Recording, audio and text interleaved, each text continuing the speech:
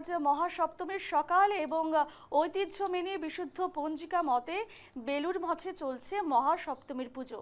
সম্পন্ন হয়েছে কলাবউ স্নান, চলছে এই দেবী দুর্গার প্রাণ প্রতিষ্ঠা। আজ মহাসপ্তমীতে মহাপুজো চলছে এবং সপ্তমীর সঙ্গে জড়িয়ে রয়েছে নানা রীতিনীতি, যার মধ্যে একটি উল্লেখযোগ্য এবং গুরুত্বপূর্ণ আচার হলো নবপত্রিকা স্নান। এরপরই হয় দেবীর প্রাণ প্রতিষ্ঠা। বেলুড় মঠে আসা অসংখ্য ভক্তদের নিরাপত্তার জন্য বিশেষ ব্যবস্থাও নেওয়া হয়েছে। মঠের ভিতরে এবং আশেপাশের এলাকায় পর্যাপ্ত নিরাপত্তারক্ষী মোতায়েন করা হয়েছে। নবপত্রিকা বা গাছকে দেবী দুর্গার ৯টি রূপ হিসেবে পুজো করা হয়। এই ৯টি গাছ যথাক্রমে রম্ভাধিষ্ঠাত্রী ব্রহ্মাণী, কচ্চাধিষ্ঠাত্রী কালিকা, হরিদাধিষ্ঠাত্রী উমা, জয়ন্তাধিষ্ঠাত্রী কার্তিকী, বিল্লাধিষ্ঠাত্রী শিবা, দারিম্বাধিষ্ঠাত্রী রক্তদন্তিকা, অশোকাধিষ্ঠাত্রী শোকরহিতা, মানাধিষ্ঠাত্রী চামুণ্ডা এবং ধান্যাধিষ্ঠাত্রী লক্ষ্মী।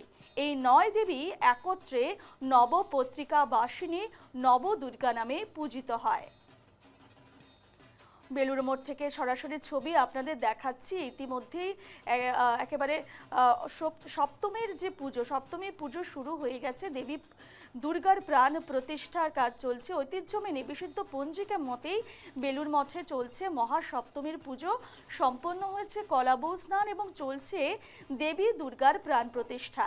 আজ মহাসপ্তমীতে মহাপুজো চলছে এবং সপ্তমীর সঙ্গে জড়িয়ে রয়েছে নানা রীতিনীতি, যার মধ্যে একটি উল্লেখযোগ্য এবং গুরুত্বপূর্ণ আচার হচ্ছে নবপত্রিকা স্নান এবং এরপর হয় দেবীর প্রাণ প্রতিষ্ঠা। এবং সেই প্রাণ প্রতিষ্ঠার কাজই এই মুহূর্তে চলছে বেলুড় মঠে এবং অসংখ্য ভক্তরা সেখানে উপস্থিত হয়েছেন। এবং আপনাদের জানিয়ে রাখি, নবপত্রিকা বা গাছকে দেবী দুর্গার ৯টি রূপ হিসেবে পুজো করা হয়।